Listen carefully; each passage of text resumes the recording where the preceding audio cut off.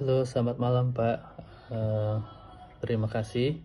Pada video kali ini saya akan menjelaskan tentang konsultasi pribadi atau mentoring untuk tugas forum yang ada di Binus Maya.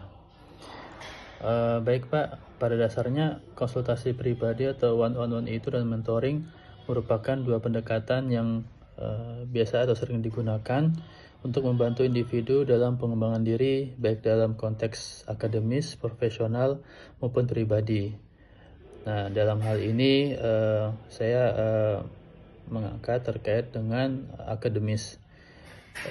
Adapun konsultasi pribadi sendiri yaitu interaksi one on one atau satu lawan satu, di mana seorang ahli atau profesional memberikan bimbingan dan saran yang disesuaikan dengan kebutuhan individu atau pribadi itu sendiri. Dalam dunia akademis atau pendidikan, konsultasi pribadi sering digunakan bagi mahasiswa untuk mengatasi tantangan akademik, merancang strategi pembelajaran, dan juga merencanakan karir mereka. Dalam hal ini, konsultasi pribadi untuk tesis saya sudah dilakukan, gitu ya. Jadi terdapat dosen pembimbing yang membimbing kami untuk mengajukan atau proses tesis itu sendiri.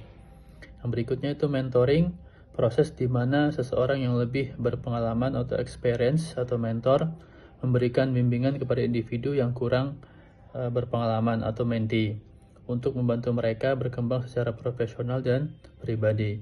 Mentoring dapat dilakukan secara langsung atau tatap muka maupun secara virtual atau e-mentoring. Ini juga pernah saya lakukan dalam konteks bimbingan untuk tesis. Nah, berikutnya yaitu tentang tren dan research atau penelitian terbaru gitu ya. Terdapat namanya itu e-mentoring. Jadi dengan kemajuan teknologi, e-mentoring ini semakin berkembang. Jadi tidak harus tatap muka, bisa dilakukan melalui virtual. Dan itu juga bisa dibilang efektif. Contohnya mungkin saya yang masih terdapat kegiatan pekerjaan gitu ya, dan juga mungkin jarak yang tidak memungkinkan, dan diberikan kesempatan untuk dilakukan e-mentoring melalui virtual gitu. Jadi beberapa penelitian pun menunjukkan bahwa e-mentoring ini dapat meningkatkan motivasi, produktivitas, dan juga pengembangan karir. Yang berikutnya, tren self-mentoring. Pendekatan ini memberikan kebebasan kepada individu untuk mengembangkan diri secara mandiri dengan melakukan evaluasi kekuatan dan kelemahan mereka sendiri, serta memantau perkembangan dan juga menetapkan tujuan. Nah, untuk self-mentoring ini biasanya melibatkan 4 tahapan utama, yaitu kesadaran diri, pengembangan diri, refleksi diri, dan juga pemantauan diri.